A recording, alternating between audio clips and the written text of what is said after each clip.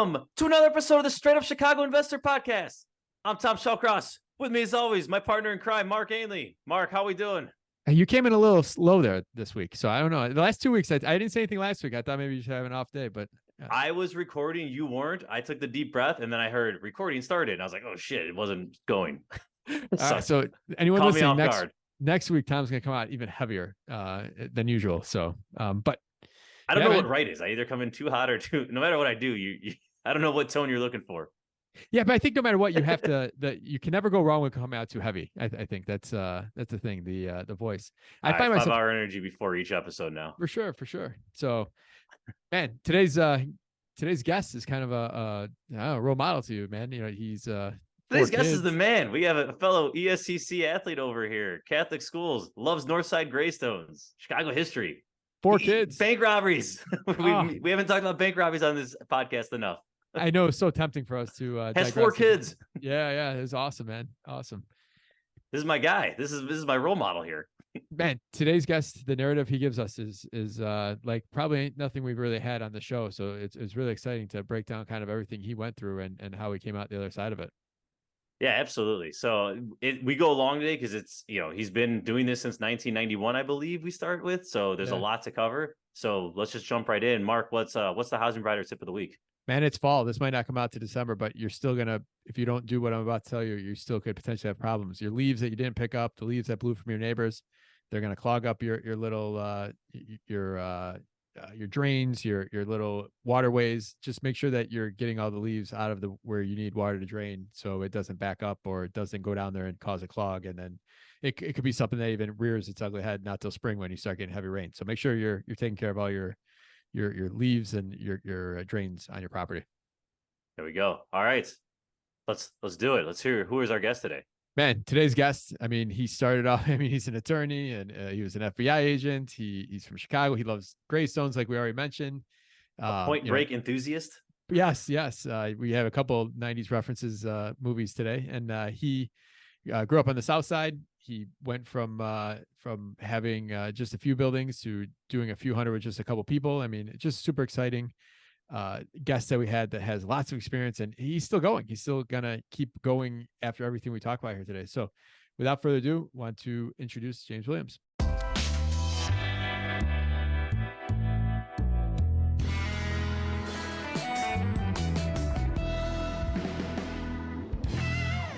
Jim, welcome aboard, man. We've been trying to get this going since I looked back at when we first talked. It was July, and we had to cancel on you a couple of times, so I apologize on the air in front of everybody for that. But I'm happy we're here today. You have such a dynamic background. You're somebody that's been in real estate longer than a lot of our listeners, so you're able to offer some perspective on different cycles of the market. So welcome aboard, Jim. Oh, thank you for having me, and no worries on the rescheduling. Everyone's busy, and it's totally fine. Man, you have an interesting background. I mean, you've done, you're like the Barbie of real estate. You've done all these different things of occupations, FBI. Like, we're gonna dive into all that stuff here today. It's like a ADHD career, basically. Yeah, I guess. Yeah, but give us kind of a lowdown of where you're from. Kind of early years. Maybe we went to school, kind of the first out of college.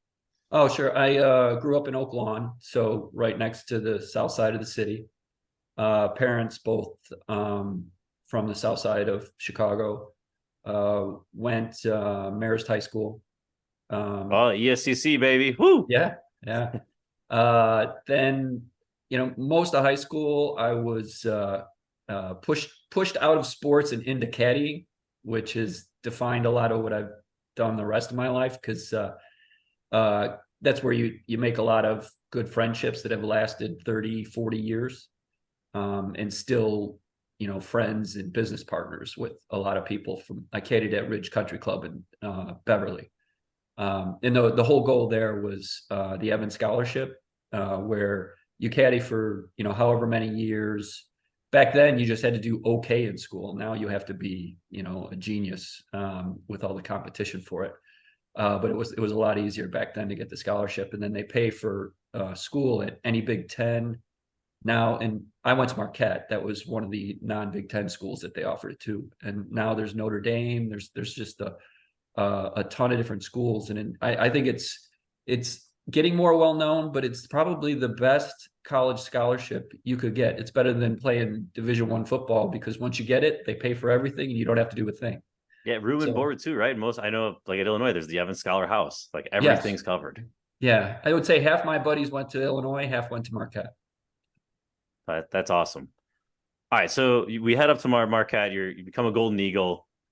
At any point in this, I was a Warrior. Oh, you're a Warrior before it became politically correct. My bad. This is gonna get us canceled now. Just damn it. No, I'm sorry. I never figured that one out though. But okay. At that point, Jim, like you're gonna graduate. You're 21 years old. Did you have any idea what you wanted to do? Like, what did the lens look like when you're 21? Where did you think you were headed? I had no idea. So I had no idea what to major in. And I kind of fell down the ladder of majors, in my opinion. No offense to anybody who's had these majors, but I just said, all right, I'll go pre-med. Did not work out. All right, I'll go accounting. Did not work out. All right, I'll go poli-sci. And what are you going to do with poli-sci? You're going to go to law school. So I went to law school. I ended up going to DePaul, so more in the city of Chicago.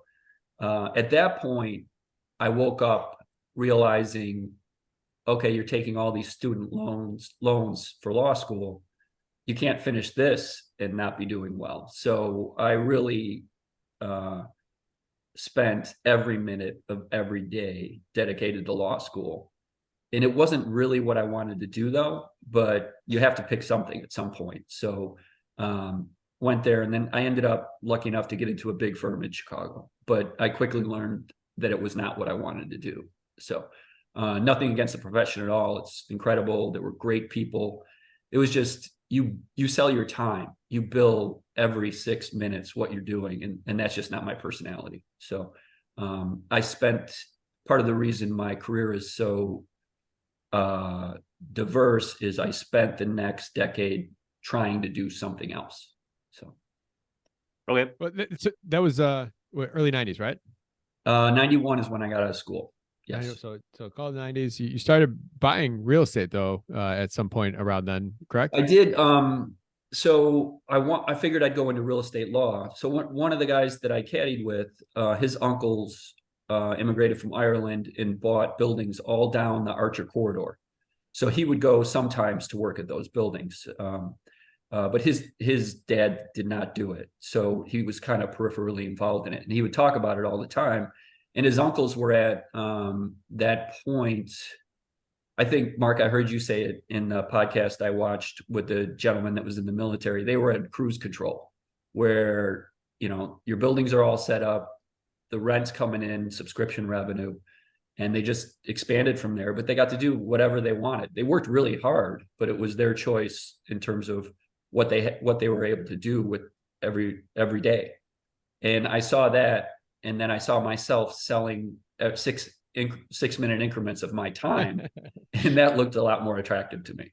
But when I came out of school, I figured I'll do real estate law, and that'll be my bridge into buying buildings. But some of your older audience members will remember 1991 was a recession, and it was specifically a real estate recession. So like a firm I had targeted laid off 80 real estate lawyers. So there was no way I was going to be able to do that. No one was doing any transactions. So I just went into litigation, which was nowhere near any type of real estate activity. So at that point, you kind of just have to buckle down, pay off your student loans. And then my formula for the next 4 years was student loans get paid off, then I save the down payment on a building. So I ended up doing that. Year 4 or year 5, I had enough for a down payment. And for some reason, I really like graystones. So I wanted a graystone on the north side. And I think this was 1990. It was somewhere in 94 to 96. I found a 2-flat graystone on Southport right next to the L. And it was $225,000. The first floor was destroyed. The second floor was very livable. So I figured I'd buy it, live in the second floor, renovate the first floor, learn a lot in the process. In the area, people were saying to me, why are you looking so far north? It's not that great up there. So this is 1994, which doesn't seem that long ago to me, but is kind of surprising. I remember people saying that to me, and I'm like, no, it's a great area. So I'm standing in the first floor unit, and it becomes a physical auction. So many people had come, people were putting in offers, and the realtor, the person who listed it, decided right there, we're going to sell this, and I'm just going to keep taking bids from you guys in person. And I made the mistake of bringing my father, was incredible, raised 4 kids, but this was outside his comfort zone. So 225, 230, 235, 240, 250. At 250, it's me and this woman about my age too. We get to 270. Between 250 and 270, my dad's in my ear saying, "You're crazy. What are you doing? Stop this." And so at 270, 272, I quit. She gets the building at 275. So now I realized that was a major mistake. And I was working with a couple guys. I can't remember. They cold called me, a couple of realtors who were attorneys, were cold calling attorneys at the time. You were able to do that. And they were encouraging me to continue to look for other graystones. So I bought a graystone at Lakewood and Grace. That time I paid $300, barely qualified for it, big risk. But I was able to make it work and rent out the first floor unit. What talk to us about interest rate? Like what did that look like back then? 8.25. Okay, so a little even higher than where we're at today. Like, yeah. What were you feeling? You feeling that was too high? Were you feeling that was No, because I remember, the uncles I told you about, my buddies' uncles that were from Ireland, they were paying 17.5. So, and they had 30 unit buildings with that. Wow. That's nuts. So just talk to us about the process, right? Most of our listeners only know, hey, I go on the MLS, I get an auto feed sent from a realtor. Like, how did you even come across this graystone? Like, where, are you scrounging newspapers here? Are you getting called by brokers? You seen a sign? I did not know a lot at that point. I have a completely different process now, but at that point I was heavily reliant on a broker, and he seemed, we met a lot. He cold called me, but we met in person a lot, and he had an office a block from where I ended up buying. So he knew the market well, but I was relying on a real estate broker at that time. Now my process is completely different. Correct. But back then, so you it's almost like insider information, right? They're getting it out to someone who can show up and then hopefully make the transaction happen. Yeah, I think I had a shot at the second building that I ended up with prior to it going out on the MLS. So got it. Graystone on the Southport corridor. You could have had it for $2 more grand. Yeah. 272. I think the first floor is a restaurant now. So, but the other one worked out fine too. I would say people get so upset when they lose a deal, but if it's your first deal, you need to lose a couple before you win one. It's a blessing, because you learn so much in that bidding process, and that obtaining the financing and all of that. So, yeah, no, that's great advice there, man. It's also great advice just to hear the perspective, right? Like, we get so caught up in these details now, and it's like, I don't know, you look back 25 years later and it's like, oh yeah, this is this is a no-brainer, right? Like, time, right. Mark, I'll steal the line again. Like, time is your biggest asset. Oh, for sure. My I used to think my buddy's uncles were my role model. It's actually his mother. She's 82, still buying buildings, and she has never sold a building. And she's just accumulated. And to have like 30 unit apartment buildings completely paid off, it's if you have enough outside income to hold on to your properties, you're going to win. So, yeah, this has been proven for hundreds of years to work. Yeah, right? Just don't have the liquidity. It will work. It will work out in the end. Yeah. So, all right. So what happens? What happens next? We get a beautiful graystone. You're tapped. It sounds like, liquidity wise, like you barely qualify. Totally tapped. How does the story keep going? Still working as a lawyer. At that point, it was like 12-hour days trying to rent out the first floor. I ended up renovating the first floor of the graystone, living on the second floor. I kind of wish, I was single at that point. I kind of wish I stayed in my apartment with my buddies and rented out both. But that sometimes you buy a building, you want to live in it. And so I ended up getting good tenants on the first floor. And probably, I think my mortgage was like $2,000 a month, maybe with everything rolled in. And I was renting the first floor out for about $1,200, $1,300. It was a 3-bedroom. So that was doing fine, but you got to keep doing your day job. And I was really running thin on practicing law. I was at a really large firm. I felt like I wasn't getting a ton of experience. I went to a smaller firm. I got more experience, but I ended up going from like 10, 12 hours a day to 12, 15 hours a day hours. And I wasn't able to do anything else that I wanted to do. So each year I would drop my resume to the FBI, because in addition to like real estate, one thing I wanted to do was go into the FBI as an agent. I think it was maybe a year after I bought the graystone that I got a letter from the bureau saying I was in, but they didn't know when I was going to go to the academy. So I had somewhere between anywhere 3 months to a full year or more before I would actually go into the bureau. At that point, I had hit my limit on billing hours. So I quit my law firm job, and I knew I had an unlimited amount of time, or undefined amount of time, before I went into the bureau. So I went to the brokers that helped me find the graystone and said, I have time to kill here. Can I sell real estate with you guys?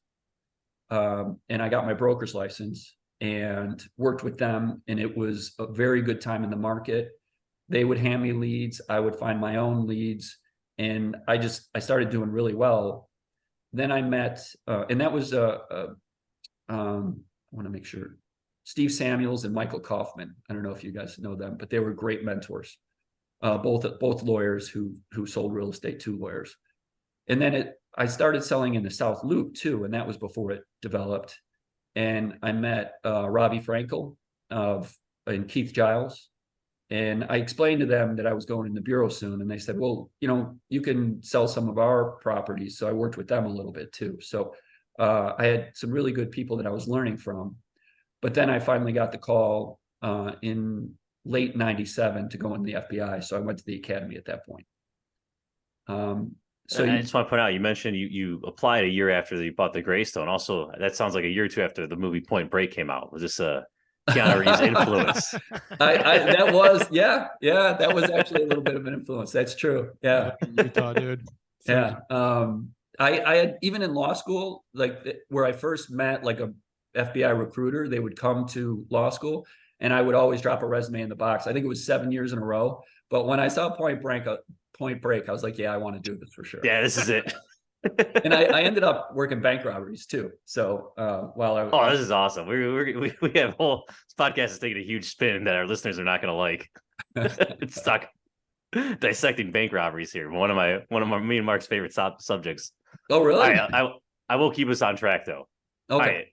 So we go, when you get into the bureau, like, how intense is that? Is that a 40-hour a week type of job, or is this you're going across the country? Like, well, how does this affect the real estate side of things for you? So the only property I had at that point was the graystone, and I now have cut my salary in half or more going into the bureau.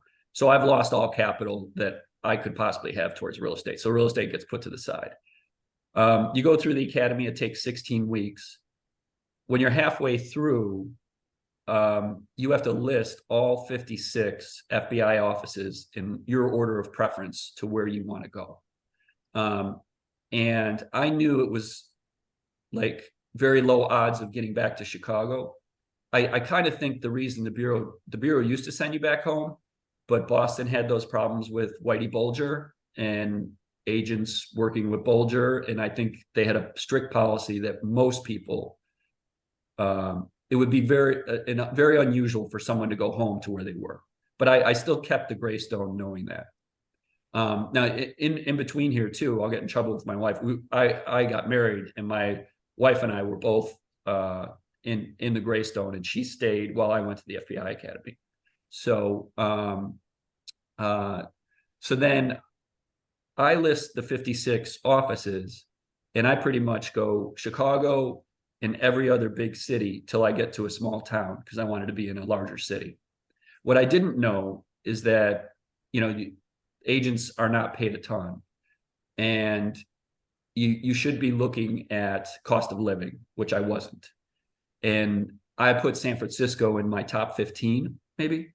And I heard that if you have San Francisco in your top 25, you are going there. If you are willing, because they're paying you the same rate no matter what, and you're there's a little bump, but it's negligible. So I get assigned to San Francisco, and now real estate's completely over with because I'm not affording anything out there at all. So, and then when I get out there, my plan was, this is interesting. It's 1997.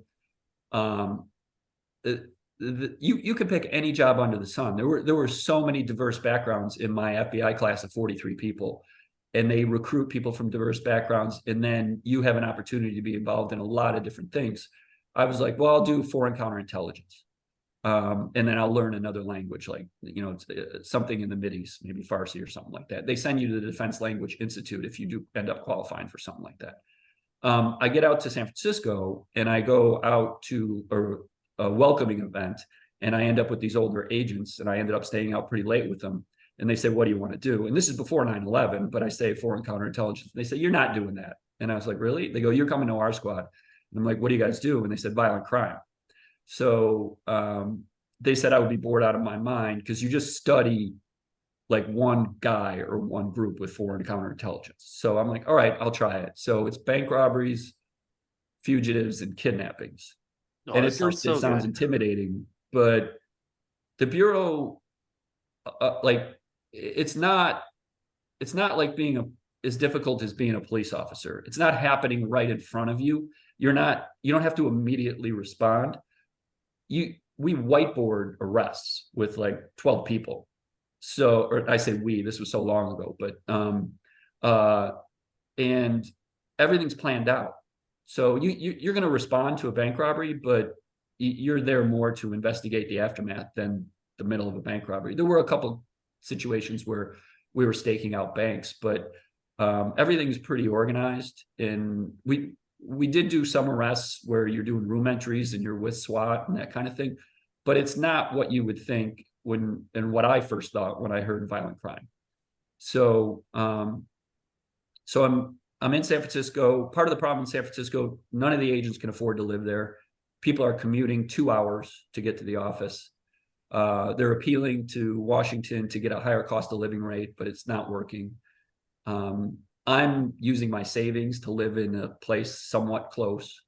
And we're out there for about 2 years, and I started having kids. And I just see the expenses piling up with kids. I'm like, I can't do this. I asked the Bureau to send me back to Chicago, and they said it'll be about 15 years. At that point, I switched from the violent crime squad, where I knew it wasn't marketable to go back in the private sector, to a computer security squad, which I figured would be. And they teach you, just send you to immerse you in these classes to teach you hacking, all kinds of different skills. And you're working with eBay at that time. It was the 90s, and a lot of Cisco, a lot of different tech companies. So that's a pretty marketable skill. I do that for about a year, and then I realized I can't afford this anymore. It was the most fun job ever. I am envious of people that get to do it for their full career. I'm actually meeting one of the guys that I roomed with at the academy next week. He just retired.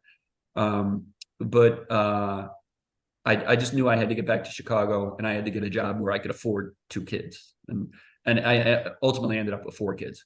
So I went back to law, and that was rough to go back to something that you had escaped. I did that for a little bit. Then I went to a computer security startup. I did that for about 5 years. That was really interesting. It was learning how to launch a company. And Jim, at any point, are you buying real estate here? Or you still just have the graystone?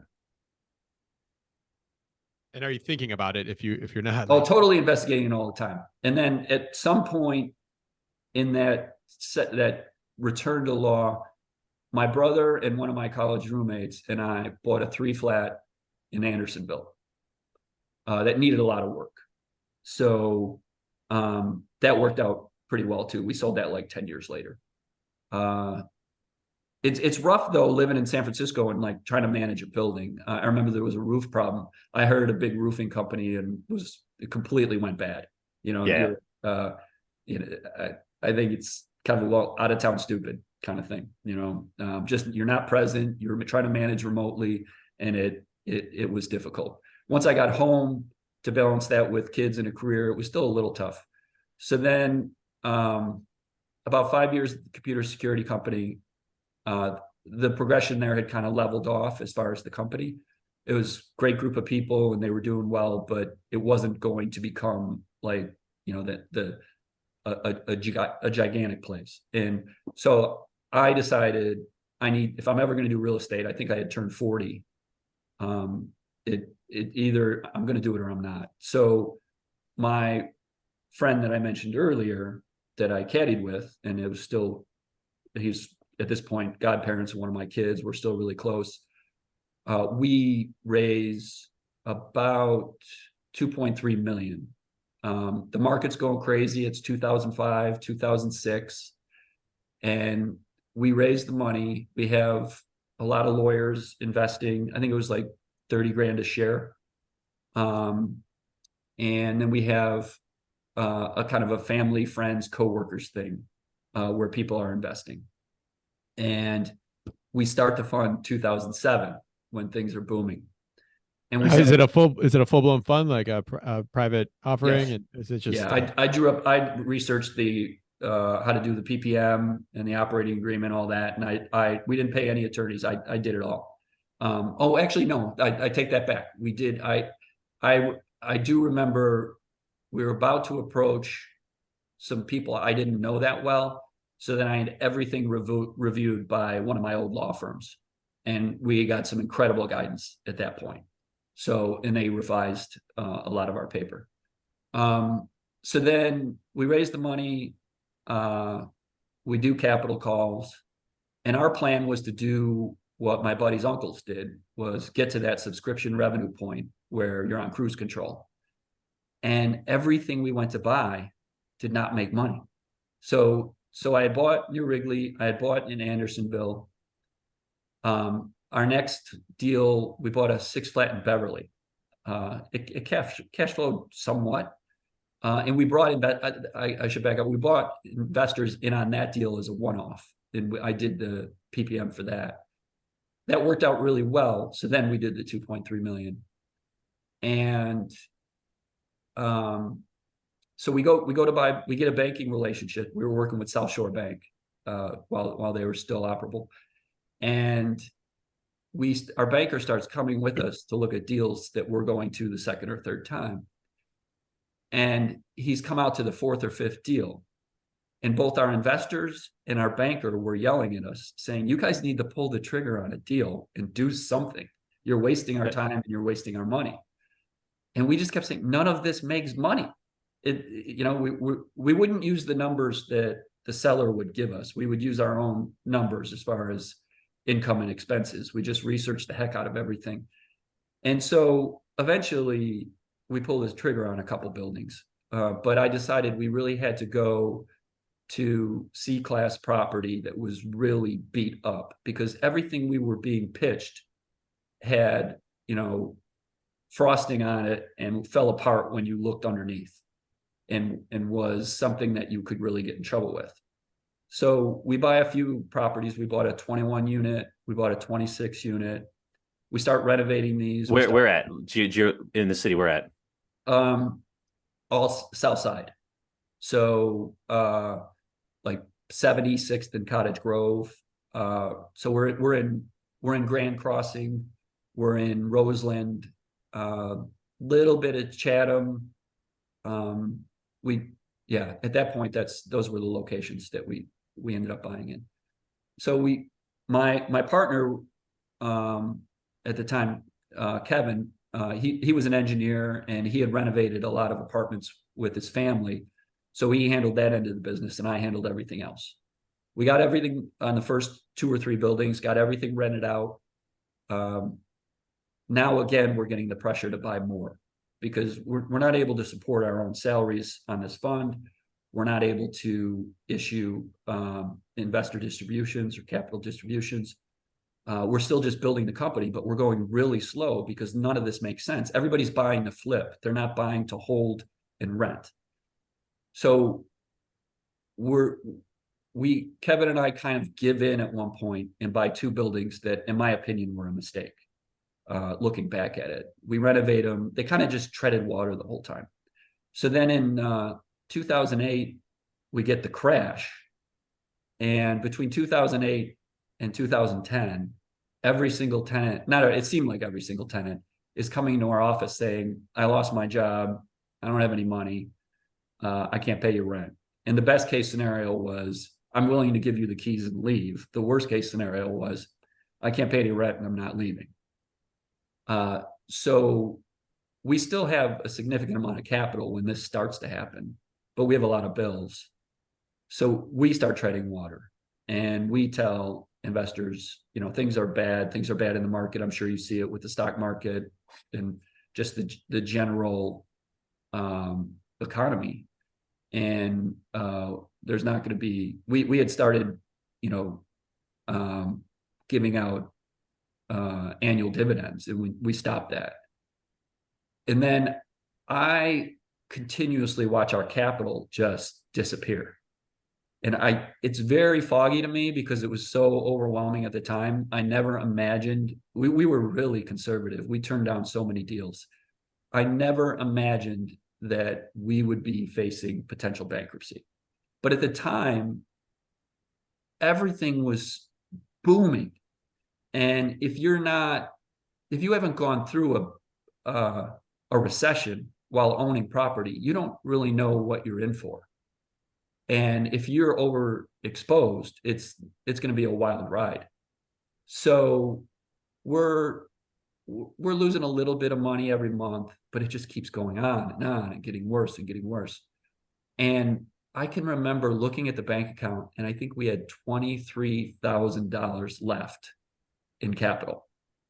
And I'm like, this is it. We have $8 million in loans at this point. People were leveraging like crazy. We were somewhat conservative, what we ended up leveraging compared to some other people that I would meet with and talk with, and what banks were willing to give us. So I think this is it. And I'm trying to figure a way out. And South Shore goes under, our bank. So I don't know how this affects our loans. Well, Northern Trust comes to us, and they're working with, one of the investors in South Shore, and South Shore is looking to divest out of loans to get capital. So now Northern Trust offers us loans. We're not in a very good economic situation, and people who haven't lived through in business through this time would think this is unusual, but the banks are willing to help us to save because the other banks are in trouble. So we end up getting our loans refinanced and getting better rates. And we had an incredible banking contact at Northern Trust who helped us limp along as well. And I still don't know to this day how we did it, but we survived without any additional capital from anyone else. We didn't water down anybody's shares or anything. And I don't think we were free and clear in making money again until about 2012. So it was a very rough 4 years. Dude, that's 4 years of sleepless nights, man. That's legit. Like that is.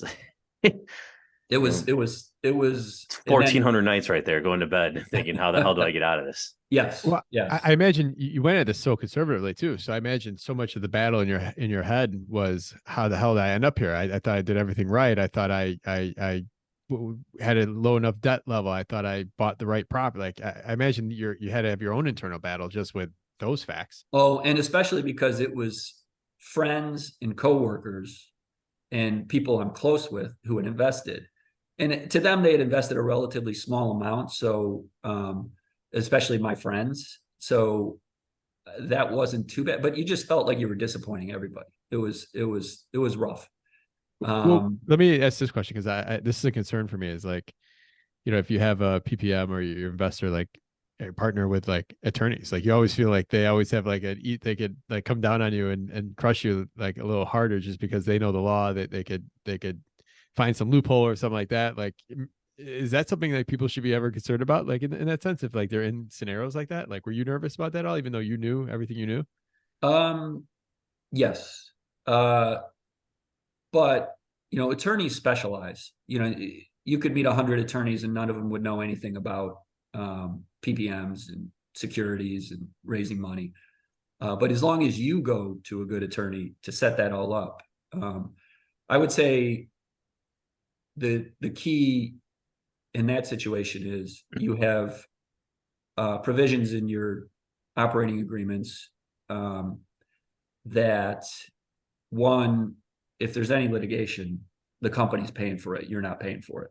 So then in that situation, the investor is basically burning their own money by going to litigation.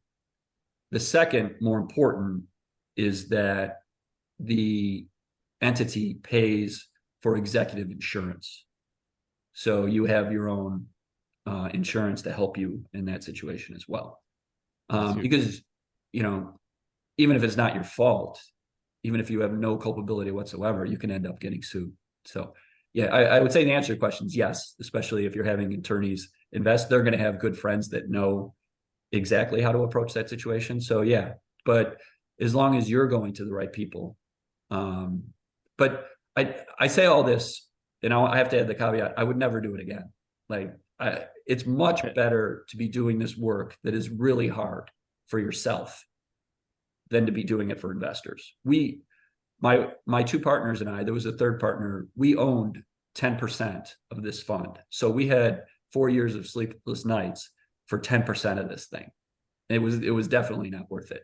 We learned an incredible amount, but it was not the most lucrative adventure. This question could be for either one of you guys, but like, why do you think people are so attracted to that type of setup? When what you just said about the 10%, you have 90% of the problems and for 10% of the ownership, like why are people attracted to that? Why do people miss that? Or why do people, is it a unit count people get wrapped up in? Like, what are you guys' thoughts on that? Jim, you go ahead, then I'll give my thoughts. I think it's the need for capital to get going in real estate and to be able to leave your day job to help to have the real estate grow. So it gives you the freedom to leave the day job, to have the 10 hours a day or however many you're going to commit to build the company. And then you just have the dream that, okay, once this particular fund makes it, I can do whatever I want. And it gives you that liquidity to build something. Yeah, I agree with that. And I'll add on that it's almost like shoved down our throats now from all these quote unquote teachers and gurus, right? This is how you go and do it. This is how you get an acquisition fee. This is how you do this. Like, it's almost like a whole new business model. And it's very easy for people to go and teach that, right? And to go out there and promote it and to make it so that everyone else should follow the same model. When in reality, it's like, no, just get 3 buddies together and buy a building, right? Like that's like, but that's not sexy. That's not something you can go charge $20,000 a year to tell someone. I agree 100%. And we paid ourselves very little, but it is a way for people that aren't that worried about their investors to pay themselves a good amount. If, the more you raise, the more they can pay themselves. We didn't raise a lot of money, and we knew we need to use the vast majority of that money to buy property. So it wasn't a lucrative thing to start a fund, but it can be a lucrative thing if you're not really concerned for your investors, which is the wrong way to go and a bad way to go, but some people do it.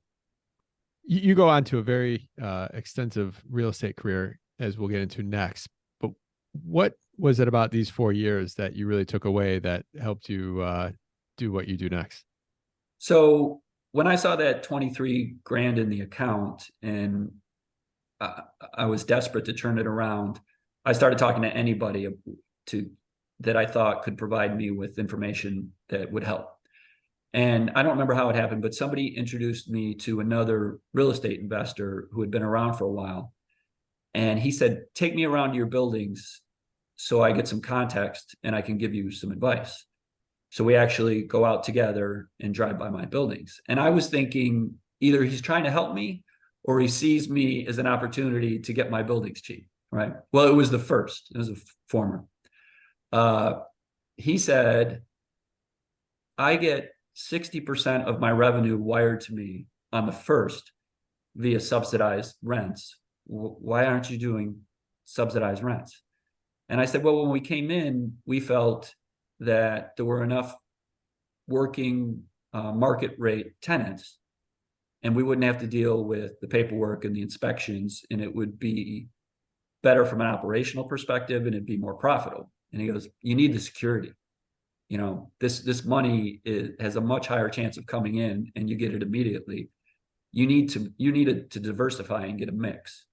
So at that point, I was obsessed with meeting people at every single agency in the city of Chicago that provided rent subsidies. And I built relationships with 400 caseworkers, maybe, like, you know, contacts at least. And it taught me to diversify my tenant base. And I became an expert in every single agency's process for placing tenants and paying rent and everything. You know, a lot of people only think of the Chicago Housing Authority. We had 40 other agencies that we worked with. And eventually we got up to, I think it was we had a portfolio of 500 units for this. And I think 300 were this fund and 200 were my partners and I. And we had 70% of our tenants had some form of a rental subsidy.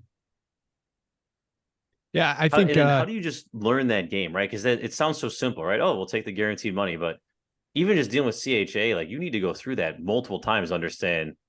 All right, here's the paperwork, here's the process, here's what to expect. You know, here's what I need to do in the inspection, right? Like, how are you talking to other investors? Are you learning trial by error? Like, how are you finding other agencies? Like, it's summarized nice and simple there, but there's a lot that goes into that. Oh, a ton, over a long period of time, for sure.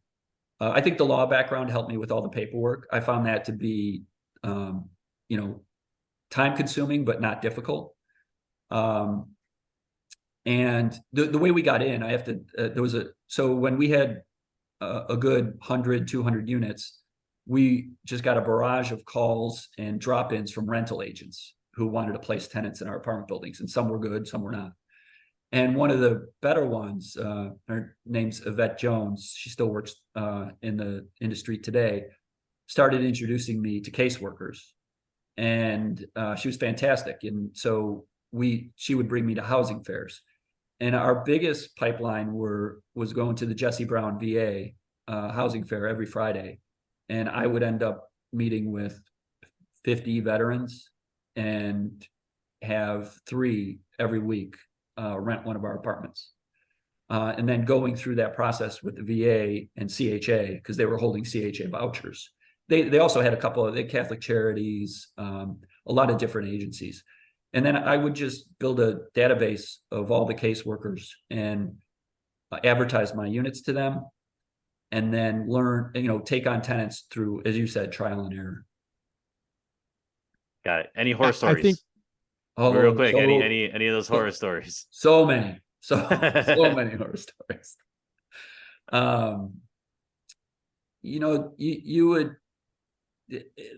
I'm sure you guys in your audience has heard a lot of them, where you take in a tenant. Okay, this is probably the worst one.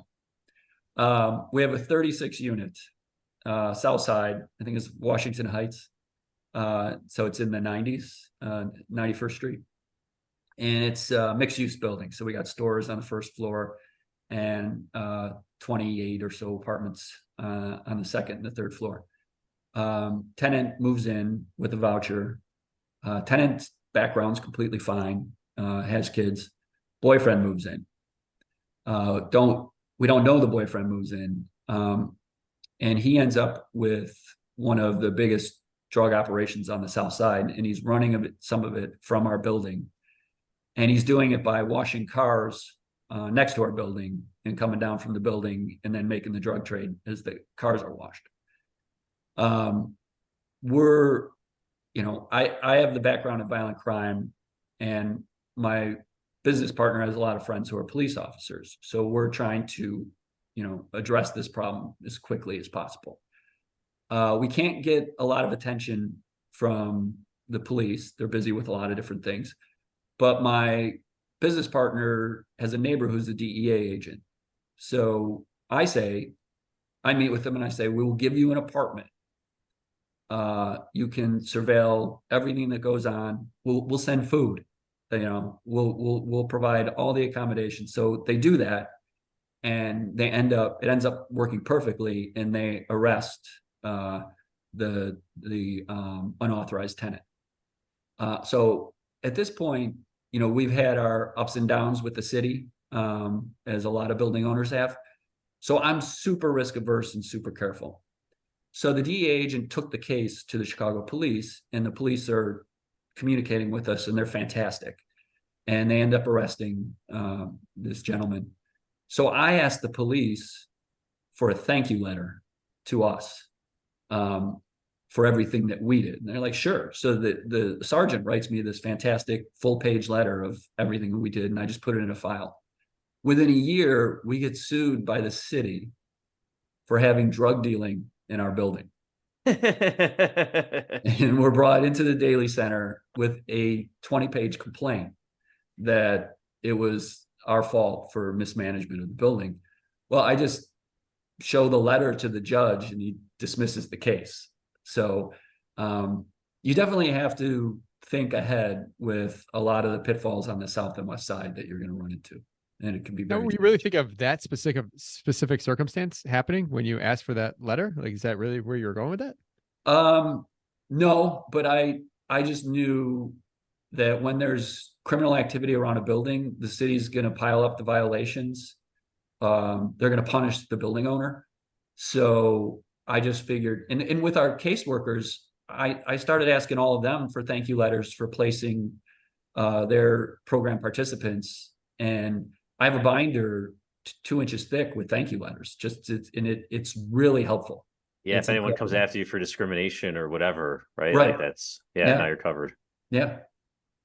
Yeah, I'm thinking like an attorney. You got New Jack City going on there. I was thinking about is Wesley Snipes living in your building, dude. Yes. Yeah. Yeah. All right, so Mark, sorry, I sidetracked us with the horror story. What were you I do have to say we've had incredible tenants and been very lucky, but everybody, when you have 500 tenants, you're going to run into that for sure. Like there's no it's a numbers game. It'll happen. Yeah. Yeah, I just want to point out, like we talked about this on here before. You bring up such a valid point about the, I always call it reducing risk. When you're in call it C and D class areas, just because your flight risk of market tenants or the quality of market tenants is always going to be far less, statistically wise. And the Section 8 or the subsidies offer this level of stabilization. Yes. I always tell people, if I have a 2-flat, the perfect world is I got one market, I have one Section 8. Section 8 costs a little more to put someone in there. The market tenant can leave anytime, but they're faster to get in. So there's some offsetting factors that you have between the two. And if maybe you have a portfolio of 50 or 500, if you have that percentage that really offers a level of stability, especially if you're getting these checks on the first of the month, that at least you know your worst case scenarios. And that was true when COVID hit for everybody. Yeah, I agree 100%. It's a mixture of tenant base. And I would go further where you hit on the head with CHA. We're going through some move-ins now that are excruciatingly slow. But I just keep telling myself, once it's done, and we are a little non-traditional. We'll sometimes pay all utilities. And the reason I do that is with CHA, especially for the 1-bedrooms.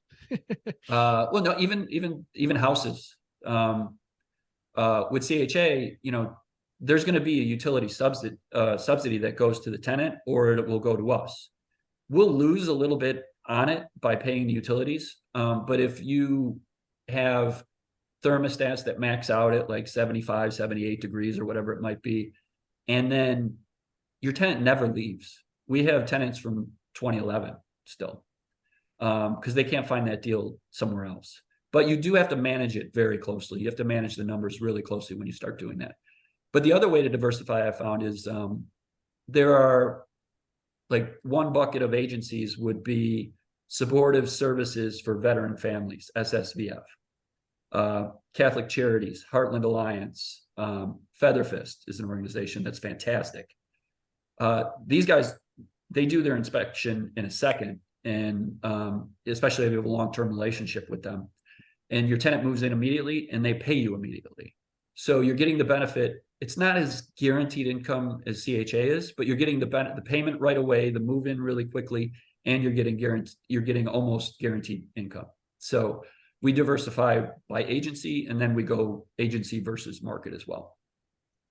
Man, so many awesome things you're giving here. You got up to around 500 units. I think you had some sell off here recently. Talk to us about kind of where the last few years have taken you and where you're going. So we ended our fund. It was always because we went through that really difficult time in the recession. It was always bumpy after that because there were just bristled relationships with a very small group of the investors. And they wanted us to end at the 10-year mark, which is what the PPM dictated. I said, you give us a couple more years, it's going to be a lot more beneficial. And they just insisted, absolutely not. So we ended that fund and we had to sell 300 units. It turned out absolutely fine for everybody. So then we had 200 units remaining. So we were going to, and I think this would go back to your question earlier. Why would people set up things with a fund? Well, we were able to build the 300 under the fund. And then we were able to, at a certain point, we were very straightforward investors. We offered them another fund because of the experience with the 2008 recession. Nobody was jumping in. So we started to buy and we bought 200 units. At this point, you have a lot of relationships. You have the banking relationship, you have the eviction lawyer relationship, contesting property taxes. I have 10 plumbers in my phone. I have all the electricians. I have everything I need to build. So we are able to build a portfolio of 200 units pretty successfully. And we finally get to the point where the fund is over. We have our 200 units. The majority of it is operational. We're doing a little bit of renovation. But then I received, I was visiting one of my kids at college and received a call that my best friend of 40 years and business partner was killed by a intoxicated driver in a car accident in Michigan. He's godparents to one of my kids. I'm godparent to one of his children. We both have 4 kids. His wife's amazing. But at this point, this business was meant for me and him to work together. And we had a few employees, but we stayed pretty small. Luckily, we had hired a gentleman from Venezuela who had immigrated to the U.S. Back in 2014, and named Henry, who's my business partner now. And Henry was handling our finances at the time. Well, when Kevin passed away, it's personal, it's business. We had a little bit of help because we had planned for, I forget the exact words in the insurance industry, but key employee insurance. Yeah, key man. So that gives you some funds when if your business partner tragically passes away, you have some money that the insurance company is providing to help you continue to run his role in the company. But I'm not going to continue to run 200 units without him. And we end up selling 150 units. We sell basically all our larger properties. The remaining 50 were houses, 2 flats, and 2 to 4 unit buildings. Did you sell it as a portfolio? Did you sell it individually? I sold them one off. Oh, wow. And it was crazy because it was at the exact time that so we went through rough times. At this exact time, 2021, the markets just, I couldn't believe what people were paying. It didn't make any sense to me. I actually was in some deals with some very nice people where I couldn't help myself and was like, are you sure? You want to do this? And they were just adamant. And I wonder how that's going to play out, because in the pit of my stomach, I still have those 4 years of sleepless nights, very memorable. That opens a door in your mind that never gets fully closed again. And I have empathy for people that walk into this business, aren't familiar with the neighborhood, the block, the building, aren't doing their due diligence. But you never know why someone's buying. They could be diversifying from a really strong point and just looking for an asset that they hope makes money over a 20-year period that they don't need cash flow from right now. We had everything from New York investors, LA, and I had an LA crypto investor who was putting a building on the blockchain. I had people buying tokens that were called the address of my building, calling me up before the deal closed, asking me if I had more buildings that they could put on the blockchain or that they could invest directly.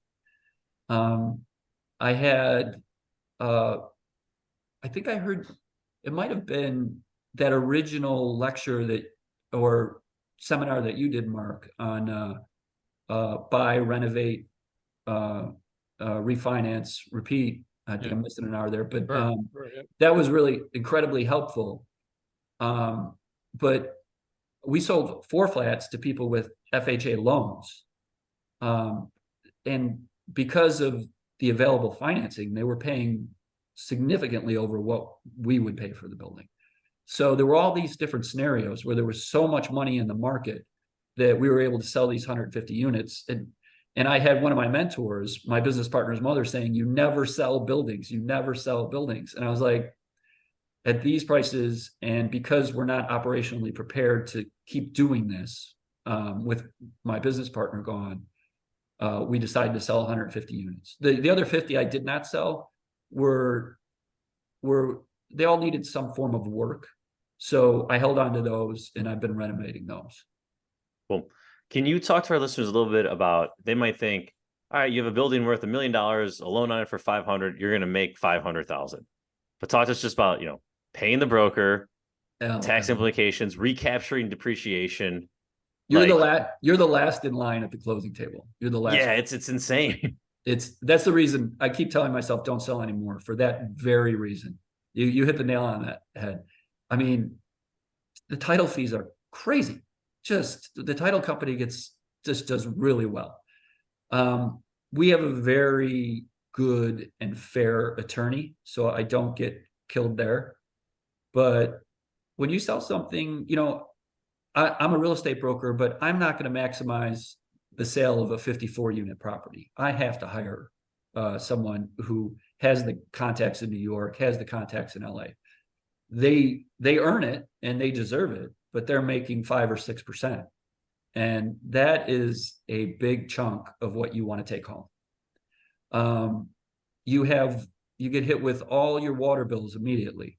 You get hit with the property tax bill at closing is insane, because you normally pay them in arrears, but now everything gets pushed forward and you're giving them property tax credits. By the time you get your amount, no matter how conservative you are shocked at how low it is. That's for sure. You're always shocked. Just that's it.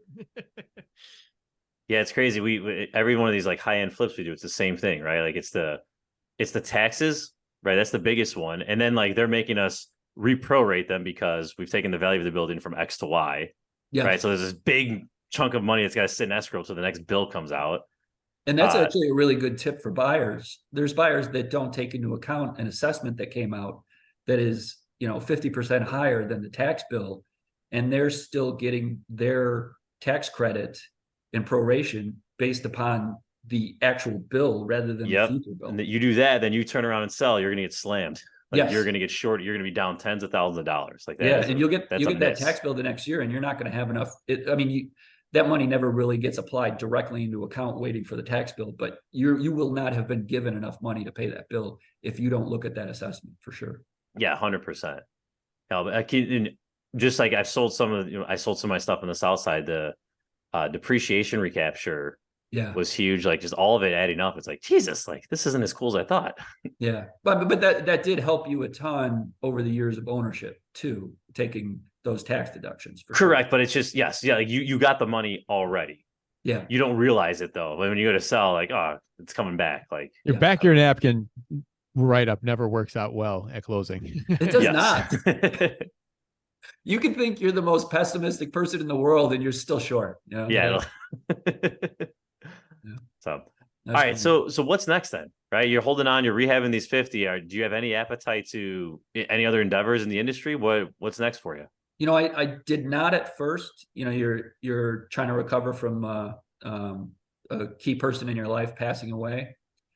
But Henry, who I partnered with, has so much energy, and he has brought in people who have so much energy that it's just created so many opportunities. So we have started to buy again. I don't know if I imagine I have a lot of lender relationships asking if we're going to buy 20, 30, 40, 50 unit buildings. Right now, I don't have that drive, but we have been buying a lot of smaller properties, 2 unit, 4 unit, 6 unit properties. And I'm looking at, 10, 12 units, but we haven't found anything there.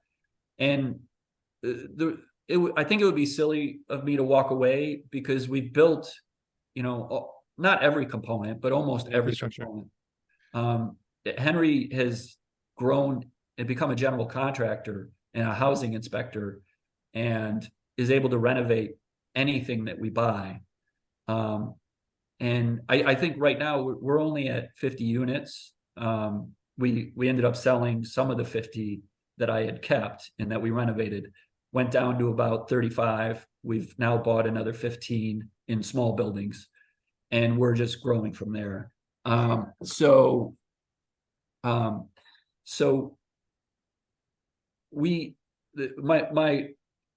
my issue now is I have a bench of people and resources looking for buildings that normally renovated and rented and managed are 500 units that are now available. So we also started to do work for third parties too, investors, because we do brokerage, we do property management, we do renovation. We've done it for 20. Well, if I go back to the first deal, when I bought that building in Andersonville, I think it was like 1998. So we've been doing that type of work for 25 years. So now we're learning. I have no idea how to market these services, but I'm sure this is a big help. You guys are pros at this type of thing. We're just kind of limping along. We just created a website. We're starting to the social media aspect of it, and we're starting to build a book of business with professional investors in renovating and repairing and maintaining their buildings too. Well, we'll talk offline, but I'm not sure if I told you about this, but we have every third Thursday every month, we have a group of property managers that it's a best practices property manager group. And we're always talking about growing your business. We're always helping people that are starting off, stuff like that with, that would be fantastic. So we definitely, for you or anyone else is listening, anyone that's ever interested, there's enough business to go around that I'm always happy to help people not make the same mistakes I made. Thank you. All right, Jim, this is awesome. Mark, are we good to wrap here? Man, we're good to wrap. I'm ready for the Chicago Fact. Bring it. All right. So before that, though, we got to wrap up questions. Oh, yeah, shit. I'm way too ahead of myself. All right, let's wrap up the questions. You ready, Jim? Sure. All right. What's been your competitive advantage? How have you been able to do this while so many other people wish they could? I would say, well, in-house, we have experienced almost every issue you can experience with a Chicago property, and we're able to handle it. But we also have relationships for every one of those certain issues or disciplines that arise. So for me, it's not anything I originally brought to the table. Maybe the attorney background helped, being a broker helped. I think even the FBI violent crime background helped with respect to some of the things we encountered in the city. But it was over time building a relationship with so many different resources, never handing over something 100% to one of those resources, always monitoring it, the trust but verify kind of situation.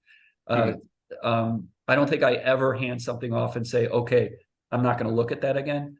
But just having those relationships and having that book of business and that virtual Rolodex of people that can help us with almost everything from caseworkers to attorneys to,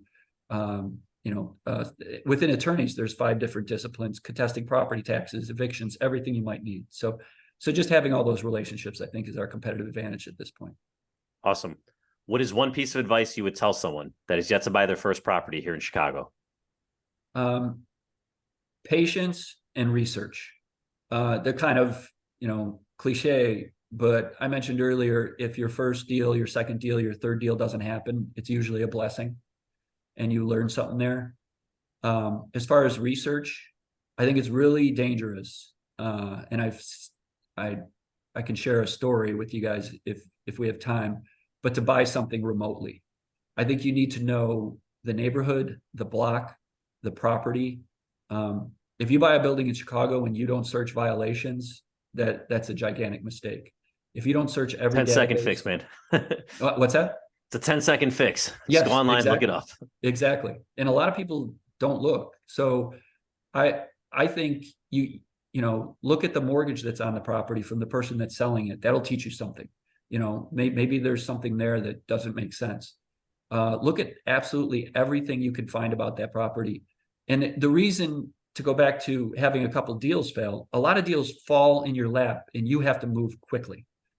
Well, if you haven't been through this process before, you're not going to do all this research, and you're going to grab a building and you're going to have that buyer. Everybody has buyer's remorse, but you're going to have, real buyer's remorse if you don't do the research up front.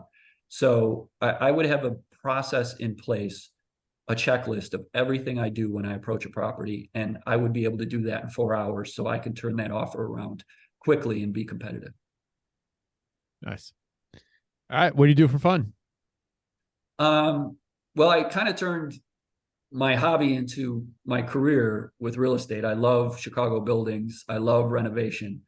But then personally, I have 4 kids. They're all in a different sport. Now I have 2 that just finished up in college, but I had a son playing Division III college baseball. I have a son who wrestles in high school, a son who plays high school baseball, and my daughter swam. So coaching and just helping them along in those passions. And then myself, I still try to run. I've run a few marathons. It's getting rougher and rougher. I had a rough one this year. And then various races and triathlons, that kind of thing. I saw a car yesterday with the marathon sticker. It said 0.0. I just found that hilarious. I appreciate that. I didn't know what the wall was till this year, and it was very painful. All right. What is a good book, podcast, or self-development activity that you'd recommend to our listeners? I would say I'll go with book. And it kind of goes with my theme about research and knowing the city of Chicago and knowing what you're buying. They're old books, but they give you the history of Chicago with a lot of flair and some dark, some enlightening and good stories. Mike Royko's Boss about Daily. Awesome. Yeah. And then American Pharaoh about Daily. Very detailed book about the first Daily administrations. I read Boss on like print, like a real book, and I've been waiting for it to come on audiobook so I can actually listen to it again. But yeah, that was awesome. All right. Besides yourself, name one person in your local network you'd highly recommend to other investors as a quality resource. Can I recommend my business partner who runs his own contracting company? Do it. Okay, Henry Cardenas, VNP Construction and Maintenance. If you have to turn over a unit and make it rent ready, if you have to maintain your building, everything from landscaping to plumbing to painting to electric. Henry's a GC with a ton of different contacts and employees and independent contractors. All right. Nobody listened to that. We will link to him in the show notes. So, Jim, thank you so much. You provide a ton of value to our listeners. How can they learn more about you? Is there any way they can provide value to you? So to learn more about us, we just launched the site. It has all of our contact information on it, mainstreetrealestateservices.com. And then I am willing to learn from anybody. The way I got here is I told myself I have to start doing continuing education, and I saw Mark's CHA seminar and I jumped on, and it was very helpful. It validates some of the things you're doing, and it makes you think about a lot of other things. We're always looking for resources, whether it be for renovation, whether it be for renting units. And we work with a lot of different brokers as well. All right. Good stuff. Now, Mark, we can do the Chicago fact. All right, today we're gonna play for Barry Savers. I feel like sometimes these names aren't real. It's such a cool name, Barry Savers. Sounds like Barry Sanders. Though. Yeah, I know. So I saw it first. So I took a double take. So Barry Savers, buy a T-shirt. And Barry, today, if myself or Jim gets the Chicago fact right, you're gonna get a $50 gift card brought to you by Patrick at Assured Partners. All right, Patrick has been great to us. I appreciate. Mike Bednards was the original introduction there. Just a shout out to everyone. All right, so Mark and I are heading to UC tonight to see the Bullies play with our friends at Renovo, and I was coincidentally there last night too to see two NCAA games. So I got a Billy Goat Tavern question for us. Oh. So the first location on Madison was purchased with a check for $205. That check bounced, but within the time it bounced, they finally figured it all out. They actually made enough proceeds from that first weekend to cover the $205. So just not a question there, but a little cool anecdote. What year did the Billy Goat Tavern open on Madison? And your options are 1884, 1915, 1934, 1948. All right, I'm gonna go with 1915. All right, Jim, what do you want to go with? I remember that story where the goat was brought along out to Wrigley Field, or what? Do you remember that the owner brought a goat out to Wrigley Field, and there was some type of and that was a long time ago. Can you give me those dates? I'm not going. 1874, 1915, 1934, 1948. And Mark, what'd you go with? Mark went with 1915, so do another one. 1934. There you go. Once again, the guest has bailed you out. Oh, man, the guest has bailed me out 3 times in a row. Cheeseburger. I have not been there in a long time. I have to go. All right, Jim, thank you. Well, Barry Savers, thanks to Jim. You won a $50 gift card brought to you by our friends over at Assured Partners, Patrick. So, man, what a great episode.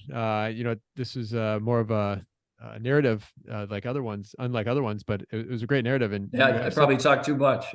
No, you have good stuff. We appreciate it. You have such a unique background that gives people context. Everyone's got a different story, and the way you applied your background to your story is what I think people will get value from. In addition to all the other value job. But thanks for coming on, Tom. Thanks always. Listeners, check out Build Your Team. Build Your Team. We have people like Patrick for Assured Partners. We have a whole bunch of other different contacts that you need to build your team. Our guest today talked about having the right people on your team that you could delegate things to, not abdicate, and a team that you could count on to help you with these different things that you need as you're growing your portfolio. So check out Build Your Team, straight up chicagoinvestor.com. Jim, thank you. Tom, thank you as always. Listeners, we'll see you next week. Thank you, guys. Thanks all.